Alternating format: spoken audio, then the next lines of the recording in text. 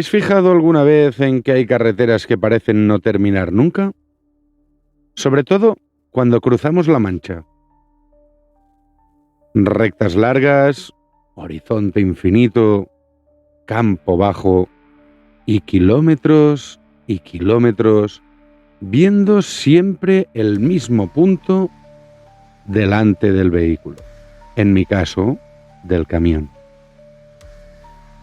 Pues quizá no sea solo una sensación, porque la recta más larga de España se encuentra precisamente aquí, en La Mancha, en la carretera nacional 301, entre el Provencio, provincia de Cuenca, y Minaya, en la provincia de Albacete.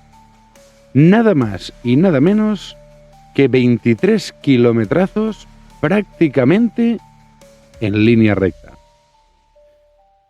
Esto, para algunos peregrinos, podría considerarse perfectamente una etapa completa del Camino de Santiago. Y os digo una cosa, si no fuera por algún pequeño pinar, alguna subida suave y los cambios de luz en el paisaje, aquello podría llegar a ser hasta hipnótico. Lo curioso es que llevo años pasando por esa carretera y jamás me había parado a pensar que estaba atravesando la recta más larga de España. Aunque, claro, ahora mismo me imagino a alguno de nuestros oyentes desde Australia escuchando esto y pensando, ¿23 kilómetros? Pero si eso es lo que tengo yo hasta el buzón. Que en Australia tienen auténticas barbaridades. La Air Highway, atravesando el Nullarbor australiano, presume de más de 140 kilómetros completamente rectos, sin una sola curva. O quizás algún canadiense diciendo, necesito otros 10 kilómetros para poder girar el volante. Y ojo que en Estados Unidos tampoco se quedan cortos. En lugares como Oklahoma, Utah o las dos Dakotas, la del norte y la del sur, ahí existen carreteras capaces de hacerte pensar que el paisaje se ha quedado congelado. ¿Y por qué menciono Australia, Canadá, Estados Unidos, oyentes? Porque sé que me escuchan a través de Good Pods. Así que un saludito para ellos. Y bueno, igual los 23 kilómetros de la Nacional 301 no es la más larga del mundo, pero es la tierra de Don Quijote. Y eso ya le da otro valor. Pero no vengo a hablaros hoy de la Nacional 301 ni de su larga recta, precisamente. Vengo a hablaros de lugares que no necesitan fantasmas para resultar inquietantes. Solo basta con respirar. A lo largo de la península, lejos de las grandes autovías, de las grandes carteles y paneles luminosos, existen carreteras olvidadas que cruzan montañas, valles y curvas que nadie recorre por casualidad. Caminos por los que, durante siglos, la muerte no llegó de golpe. Llegó despacio, respirándose. Y uno de esos lugares es la localidad de Almadén. Y la carretera que lo atraviesa, la carretera nacional N502, no solo conectó durante siglos lugares como Talavera de la Reina, Herrera del Duque, Almadén o Espiel. También sacó de aquí el veneno que cambió la historia de la península ibérica y del mundo.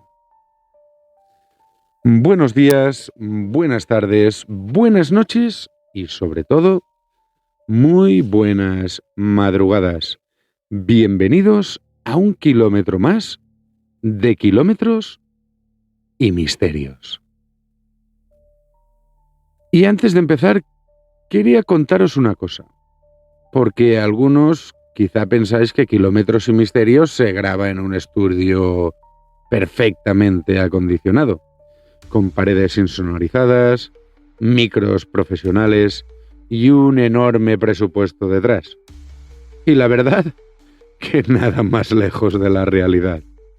Este programa muchas veces se escribe entre la mesa de la cocina y una mesa improvisada de cartón apoyada sobre el volante de mi camión.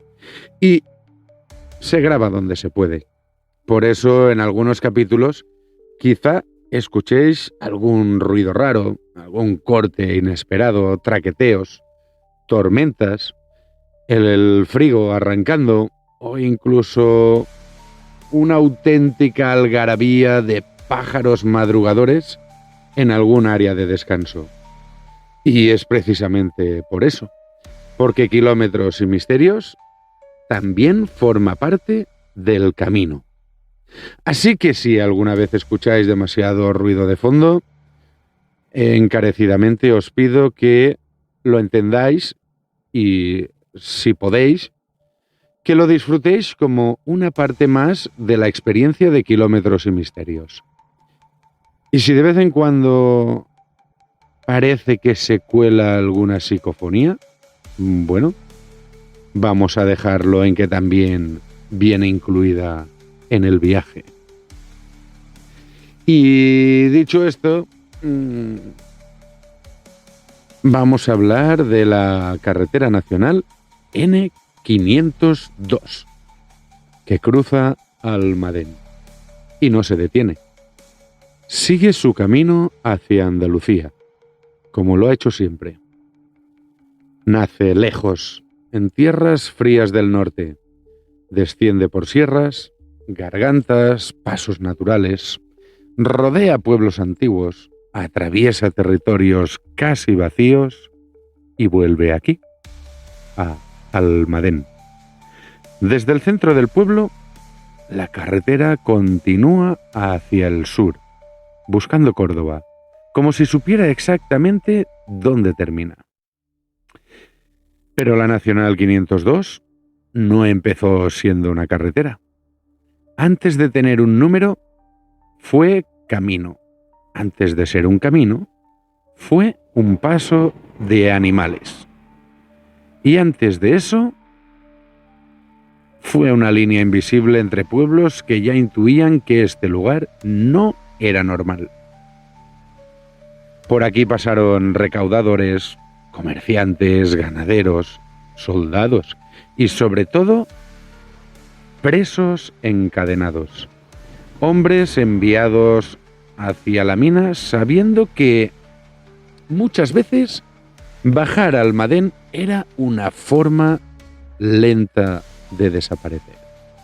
La carretera moderna solo repite un trazado mucho más antiguo, uno que llevaba siglos marcado en la tierra, porque hay caminos que no se construyen, se heredan, y pocos lugares explican eso mejor que Almadén. Porque aquí, durante siglos, la carretera, la mina y la propia tierra terminaron formando parte de la misma historia. Una historia tan antigua que incluso el nombre del pueblo ya hablaba de aquello que escondía bajo sus pies. El nombre Almadén proviene del árabe Almadín, que significa la mina o el mineral. Bajo Almadén, la tierra guarda un secreto rojo. Mucho antes de Roma, los pueblos prerromanos ya conocían aquel mineral extraño que dormía bajo el cerro. Lo llamaban cinabrio. Un mineral de un rojo intenso, casi como sangre solidificada. Y no era ningún regalo precisamente. Los ancianos advertían que la tierra da riqueza, pero también se cobra vidas. Aquel rojo llamó la atención desde tiempos muy antiguos. Se utilizaba en rituales funerarios, cubriendo cráneos, rostros y objetos ceremoniales con un color asociado a la vida, la muerte y la transformación. También aparecía en prácticas protectoras y ceremonias relacionadas con lo sagrado. Porque para muchos pueblos antiguos aquel mineral no era simplemente tierra teñida de rojo. Era algo especial, casi sagrado. Pero había un problema. El cinabrio escondía mercurio. Y el mercurio, aunque durante siglos se utilizó en rituales, medicina, pinturas e incluso la alquimia, pues también era un veneno. Uno que enfermaba lentamente a quienes trabajaban con él. La tierra daba poder, daba riqueza, pero siempre terminaba cobrando el precio. Y así, bajo la carretera que hoy cruza Almadén y a la sombra del castillo de Retamar, la tierra siguió vigilando a quienes se atrevían a tocarla. Roma, como era obvio, ignoró las advertencias de los pueblos del lugar. No veía maldición alguna, tampoco veía ningún peligro, solo veía utilidad. Y bajo el símbolo del SPQR, Almadén terminó convirtiéndose en la mayor mina de mercurio del Imperio Romano. Bajo Almadén, la tierra guarda secretos que no conocen descanso. Durante siglos, hombres descendieron a sus entrañas para arrancarle a la roca aquel mineral rojo que acabaría moviendo fortunas, acabaría moviendo imperios y, como no, guerras. Algunos de los mineros que bajaban allí eran hombres libres, otros no. Esclavos, prisioneros de guerra, condenados. Muchos de ellos jamás volverían a salir iguales. Porque trabajar aquí no era simplemente bajar a una mina. Era convivir con un veneno invisible. Allí abajo, entre galerías húmedas y estrechas, el cinabrio esperaba incrustado en la roca. Y había que arrancarlo a mano, golpe a golpe, respiración tras respiración. Con el tiempo llegaron los islámicos, después la corona española, y el mercurio de Almadén terminaría alimentando las minas de plata del Nuevo Mundo, mientras Europa acumulaba riquezas construidas, en parte, sobre el veneno que salía de esta tierra. Pero el precio siempre se pagaba aquí. Todos subestimaron el precio que los trabajadores pagarían bajo sus pies. Allí donde empieza la oscuridad, un mineral rojo capaz de dar poder, riqueza y muerte a quienes lo tocaban. Se rompía la roca a mano, se separaba el mineral del resto de la piedra, luego en los hornos de aludeles el cinabrio se calentaba hasta que el mercurio emergía, evaporado y letal. Vapores que envenenaban, derrumbes que atrapaban, galerías que tragaban el aliento de quien se atrevía a descender. Aunque el mercurio se obtenía calentando el cinabrio, el peligro no comenzaba en los hornos. Empezaba mucho antes, en el mismo momento en el que la roca era golpeada y arrancada de la tierra. Al romperla, al triturarla, se liberaban polvos invisibles cargados de mercurio que los mineros respiraban día tras día, sin saberlo y sobre todo sin sentirlo. Cuando el mineral llegaba a los hornos de aludeles, el riesgo se multiplicaba. Estos hornos estaban diseñados para extraer el mercurio mediante el calor. El cinabrio se calentaba hasta que el mercurio se evaporaba y ese vapor circulaba por una serie de tubos de cerámica donde se enfriaba y volvía a convertirse en líquido. Era un sistema eficaz para su tiempo, pero mortal para quienes lo operaban. El mercurio, al evaporarse, se volvía invisible. No tenía color ni olor. No avisaba. Se inhalaba sin darse cuenta y entraba directamente en los pulmones. Ahí alcanzaba el sistema nervioso y el veneno comenzaba entonces su trabajo silencioso. Durante siglos no existía protección real. No había máscaras, no había ventilación adecuada, ni siquiera había conciencia del peligro. El mercurio no mataba de inmediato, envenenaba despacio. Aparecían temblores en las manos, en la cabeza, en la mirada. Llegaban la confusión, los cambios de carácter, la pérdida de memoria y con el tiempo la parálisis y la muerte. Porque el mercurio no abandona el cuerpo con facilidad.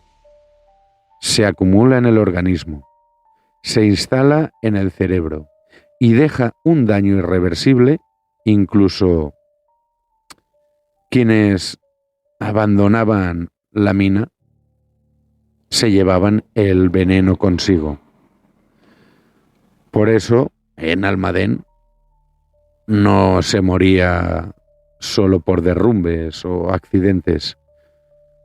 No se moría por una explosión puntual.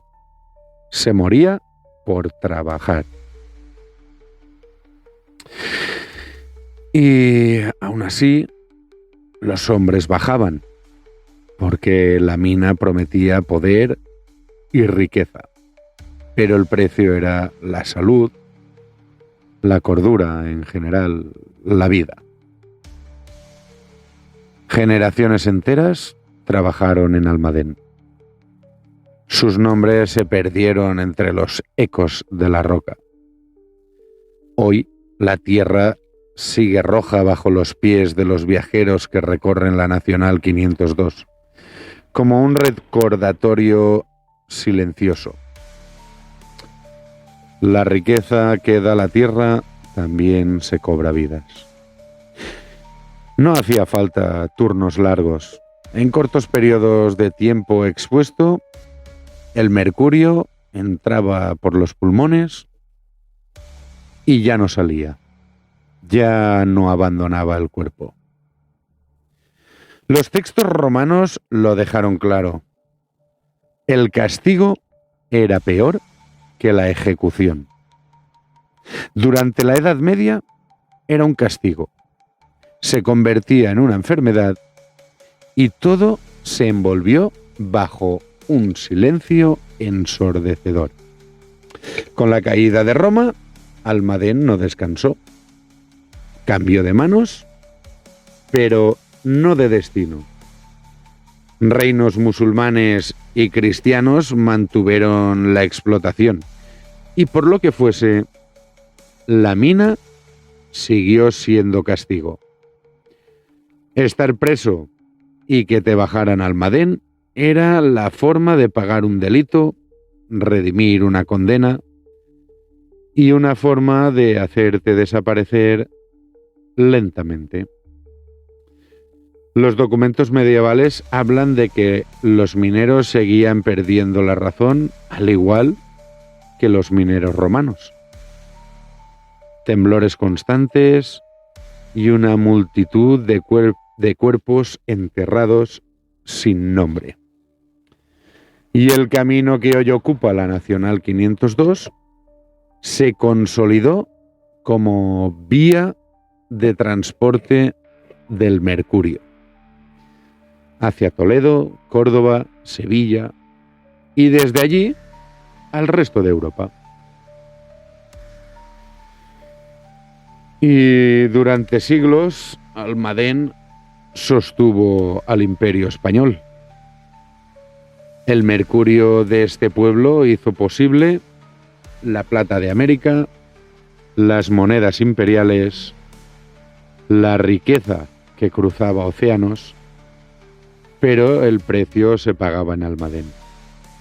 Se documentan presidiarios encadenados, jornadas sin luz, enfermedades que deforman cuerpos y mentes. Cuando el mercurio convirtió a Almadén en una pieza clave del poder económico, surgió un problema que nadie supo, o mejor dicho, quiso resolver de forma humana, pues casi nadie estaba dispuesto a trabajar allí. Las minas eran conocidas por los daños que hacían al cuerpo, por lo que hacían a la mente, por lo que hacían al tiempo de quien descendía, donde el día y la noche dejaban de existir para estos. Así que desde el siglo XVI la solución fue recurrir a quienes ya estaban condenados. Presidiarios, forzados, hombres enviados desde cárceles lejanas, especialmente desde Toledo, para cumplir parte de su pena bajo tierra.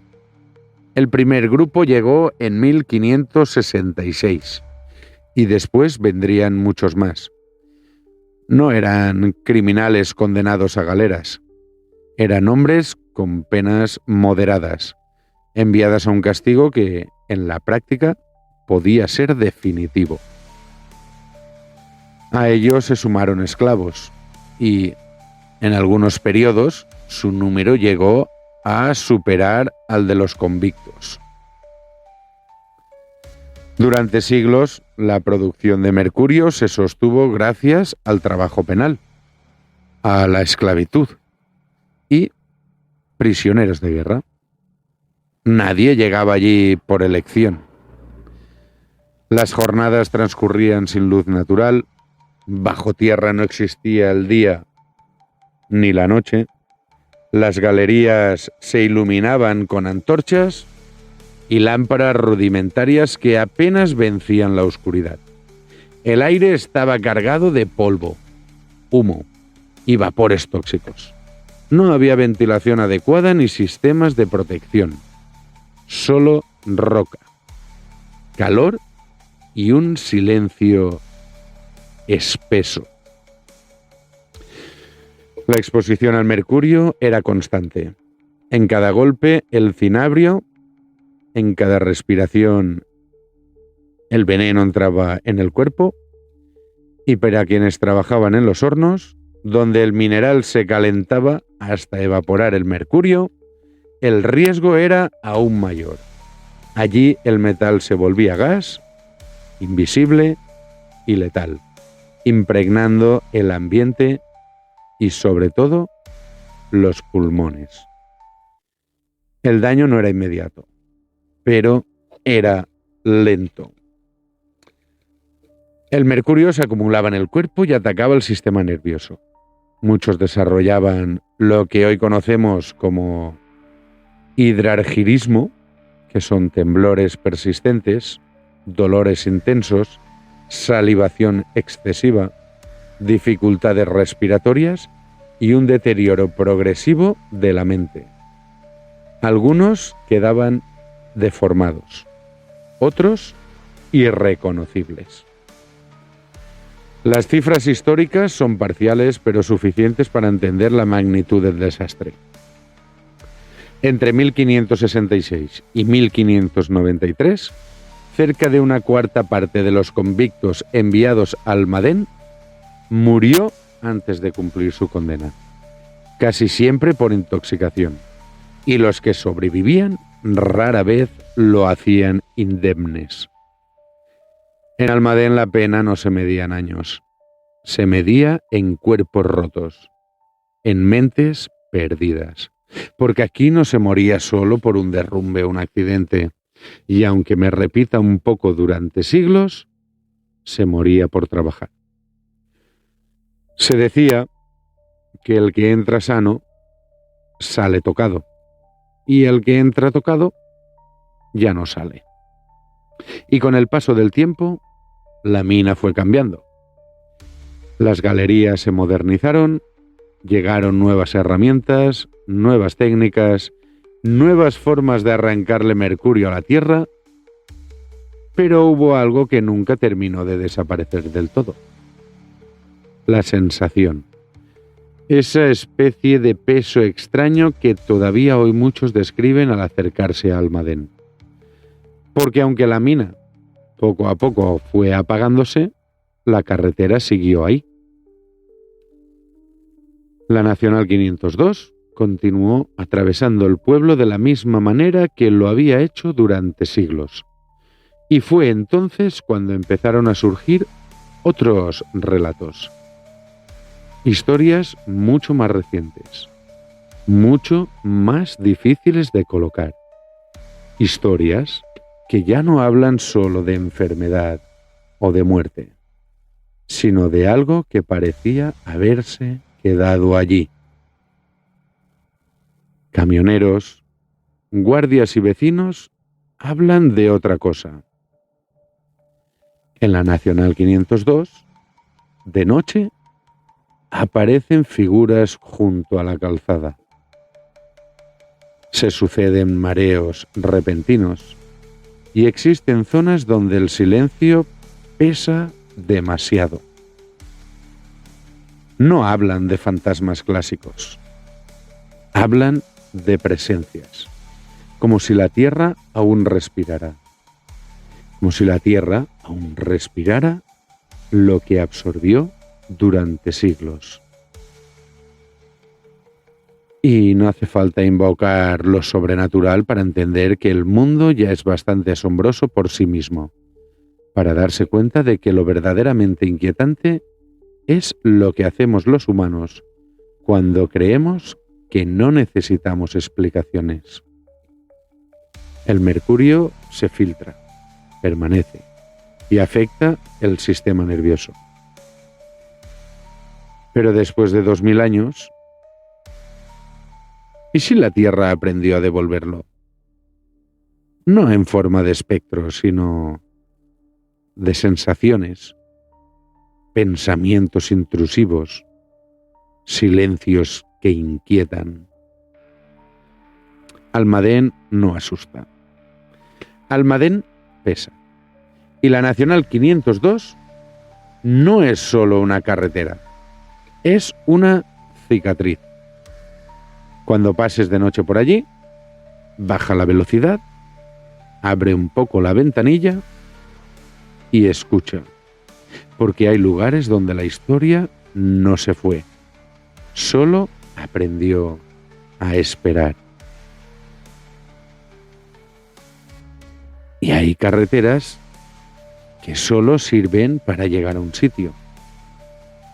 Y hay otras que sirven para entender lo que ocurrió allí. Almadén nos explica sin su mina, pero tampoco sin la carretera que la atraviesa.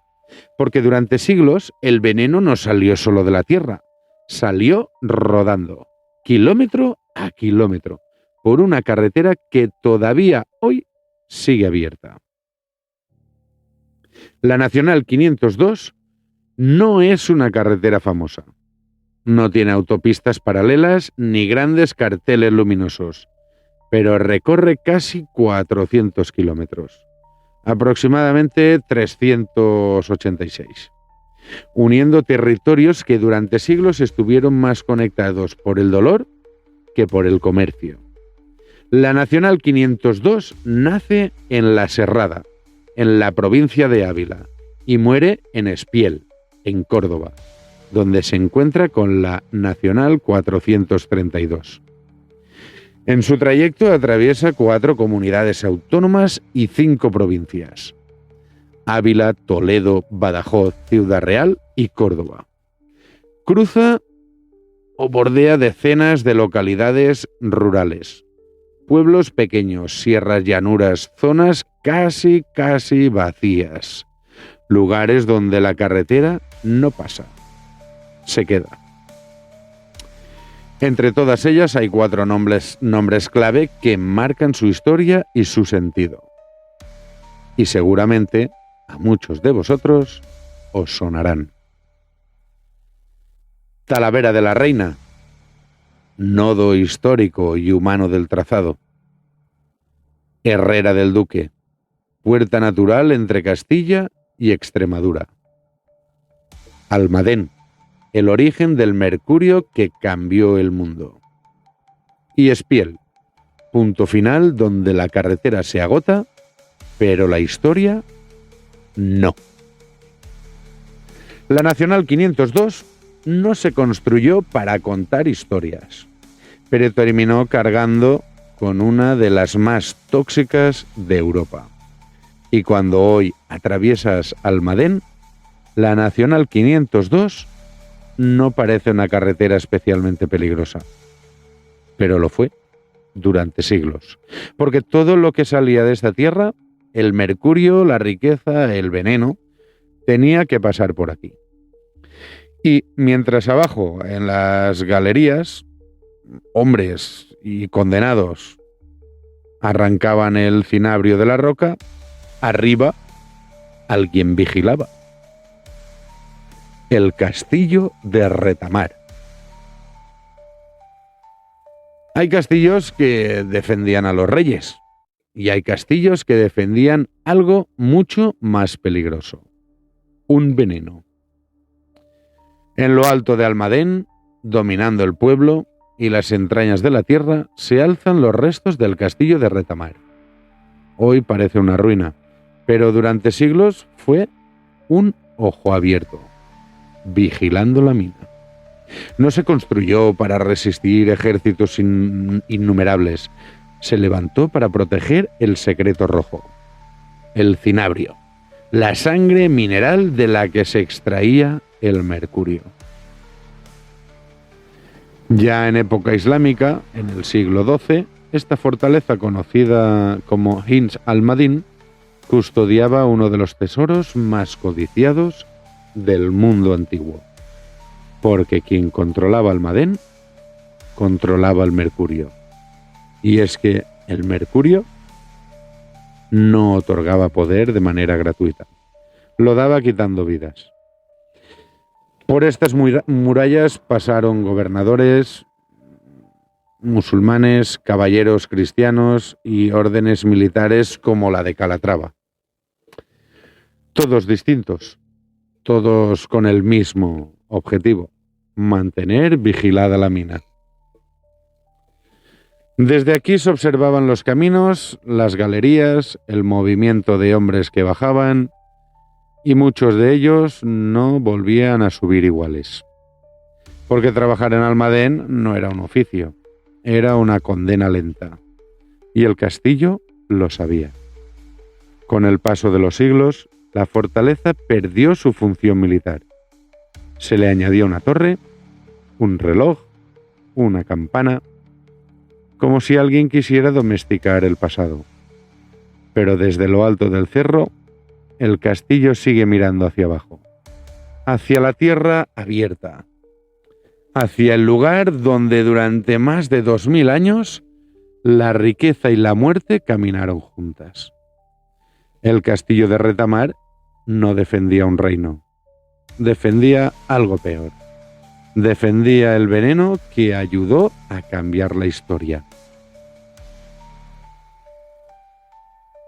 El castillo, corazón del lugar y guardián silencioso de la historia, el mercurio, la sangre que ha corrido por estas tierras durante siglos, la carretera, la vena que conecta todo, llevando consigo ecos de vidas, secretos y misterios. Siguiendo nuestro viaje por las venas de la Nacional 502, nos detenemos ahora en otra parada del recorrido. Talavera de la Reina, una ciudad donde las piedras susurran historias que todavía quieren ser escuchadas y donde lo antiguo y lo misterioso caminaban de la mano. Dicen los viejos de Talavera que la ciudad no solo está hecha de piedra, agua y cerámica, sino también de historias que respiran bajo sus calles. Historias que susurran desde tiempos en que la ciudad aún respondía a otros nombres. Cuando los romanos, cuando la época de los romanos, la llamaron César Óbriga. Évora en los días visigodos y Talavaira bajo la media luna musulmana. Cada nombre dejó una huella, un eco que todavía vibra en las noches silenciosas. Y a medida que la Nacional 502 nos aleja de la ciudad y sus puentes, los paisajes comienzan a cambiar. Colinas y cerros que parecen inofensivos guardan memorias que los siglos no han logrado enterrar.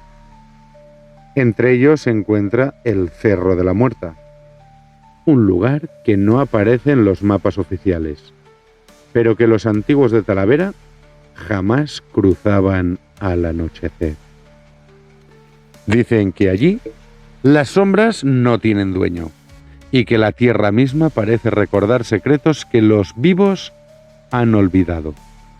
Los pastores contaban que al caminar por la ladera, el viento traía susurros que no pertenecían a nadie, ecos de tragedias antiguas, de vidas que terminaron demasiado pronto, de advertencias que solo el silencio podía transmitir. No hay registros escritos que expliquen el origen de su nombre. Nadie sabía si se trata de un accidente, de un castigo olvidado o de algún ritual que el tiempo decidió callar. Pero lo que sí queda claro es que el mito sobrevivió. Y sobrevivió en la memoria de la ciudad, como un recordatorio de que incluso el paisaje puede ser un narrador. En este cerro, antes de llegar a Talavera, el viajero puede sentir que la tierra guarda historias que respiran bajo la hierba y entre las jaras. Y si se detiene un momento, cerrando los ojos, tal vez escuche susurros antiguos que anticipan lo que la ciudad misma aún quiere contar. En los alrededores, cuando cae la tarde y el Tajo se vuelve de bronce, el viento trae relatos que parecen más antiguos que las murallas. Uno de ellos habla del Cerro de la Muerta, un lugar donde, según cuentan, la tierra guarda secretos que nadie ha logrado desenterrar del todo. Los pastores evitan pasar por allí al anochecer, pues aseguran que sombras sin dueño se movían entre las jaras, como si el cerro recordara algo que los vivos ya han olvidado. Otra historia, aún más vieja, habla de la mujer de la cueva, una figura envuelta en misterio que, según la tradición, habitaba en una gruta cercana a la ciudad. Algunos decían que era una sabia, otros que una hechicera. Lo cierto es que quienes afirmaban haberla visto coincidían en que sus ojos parecían conocer el destino de quien se atrevía a mirarla.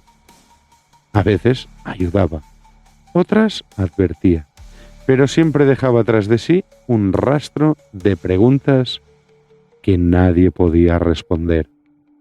Y entre todas esas leyendas, la ciudad que seguiría creciendo, moldeada por manos que trabajaban el barro con la misma paciencia con la que los antiguos narradores moldeaban sus historias.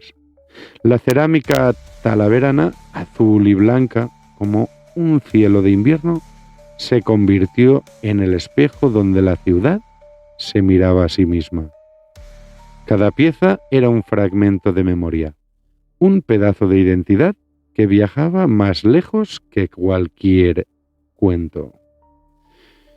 En el corazón de Talavera, la Virgen del Prado se alzaba como guardiana de la ciudad. Su santuario era un refugio donde generaciones enteras habían buscado consuelo, esperanza o simplemente un momento de silencio. Bajo su mirada, las leyendas no morían, se transformaban, se adaptaban, seguían vivas, porque Talavera no olvida, Talavera recuerda. Y cada esquina, en cada cerámica, en cada nombre antiguo, late la certeza de que las historias, como los ríos, nunca dejan de fluir. Y entre todas esas historias que fluyen por la ciudad, hay una que aún recorre el puente viejo de las noches de la luna. La leyenda de la costurera. Dicen que, siglos atrás, una joven llamada Carmen fue acusada de brujería. Las autoridades de la época, sin pruebas y sin justicia, la condenaron. Su destino fue cruel y definitivo. Algunos dicen que fue ejecutada, otros que quemada. No hubo juicio justo, solo envidia y temor. La condenaron, la ejecutaron y sus cenizas fueron arrojadas al río Tajo desde el Puente Viejo, también llamado Puente Romano o Puente de Santa Catalina, el puente que hoy aún cruza la ciudad, un gesto que pretendía borrar su existencia. Pero la historia no murió con ella. Cuentan que en ciertas noches, cuando la luna se refleja en el agua del Tajo y el viento trae antiguos susurros, Carmen vuelve.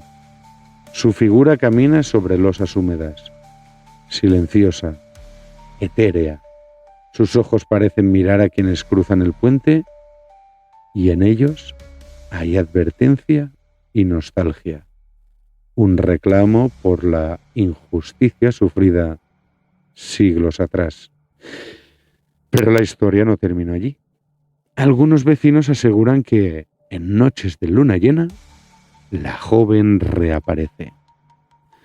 Algunos dicen que su espíritu protege, otros que solo recuerda, pero todos coinciden en algo.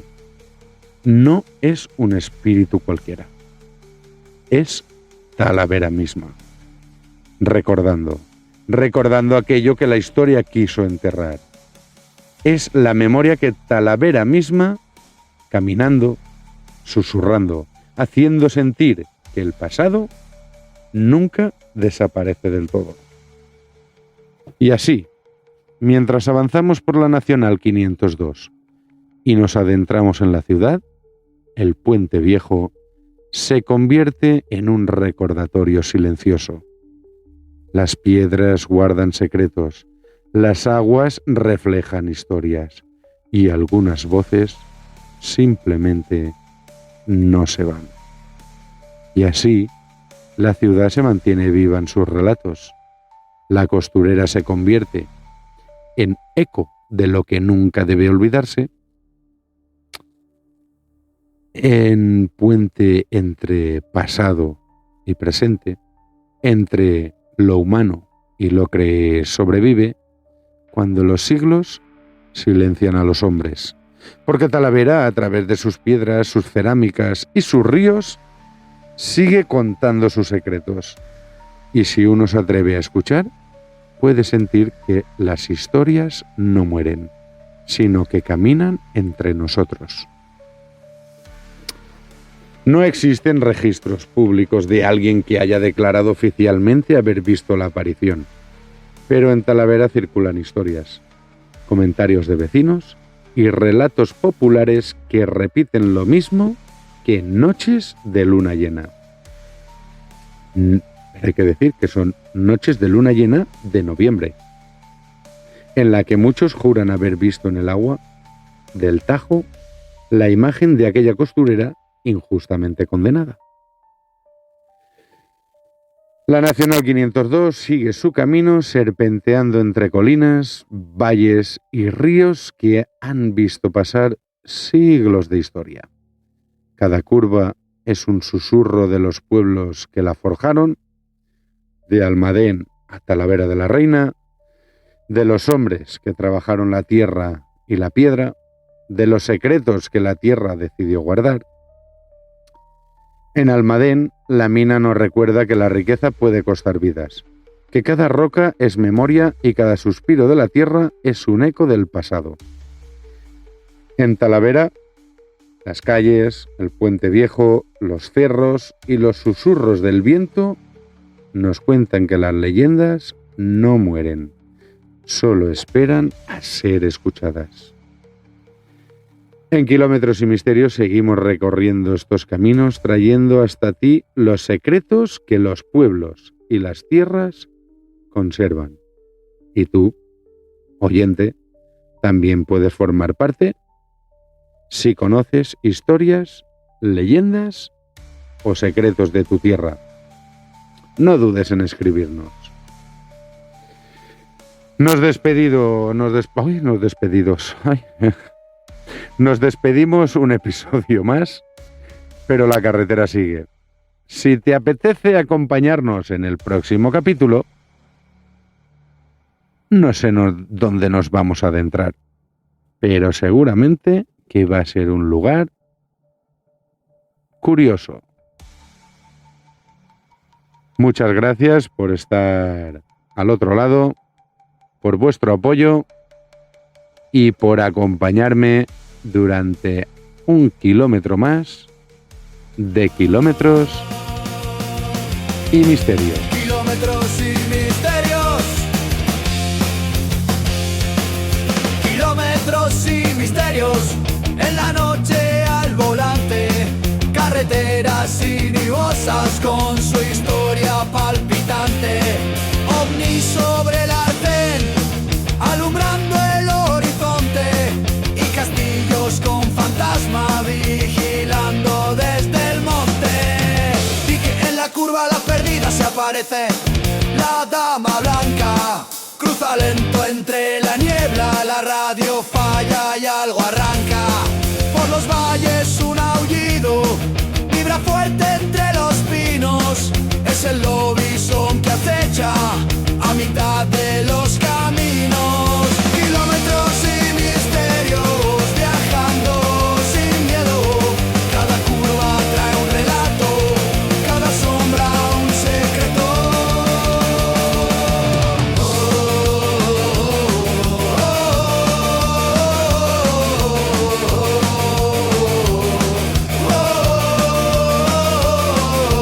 Viejos castillos guardando pactos, leyendas y juramentos.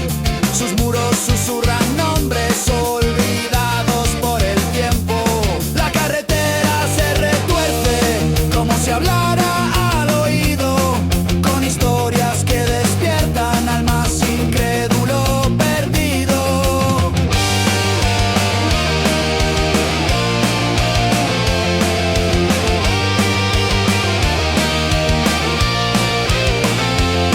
Así que súbete al camión que empieza la travesía, entre risas, sustos y enigmas en cada carretera fría. Kilómetros y misterios, donde todo es posible. Si tienes valor, acompáñanos en este viaje increíble.